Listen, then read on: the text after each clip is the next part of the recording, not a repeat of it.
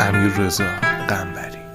انگار شب فرشته ها کنار منن که دوست دارم تو رو تو بالون صدا بزنم. وقتی پنجره رو باز میکنم دستای ناز تو میذاری روی شونه هام.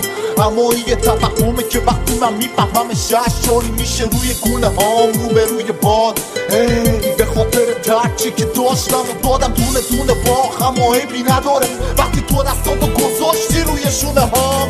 قلانی تنها نذاری رو به دور ما، انگار سابستی تمیدم داداش.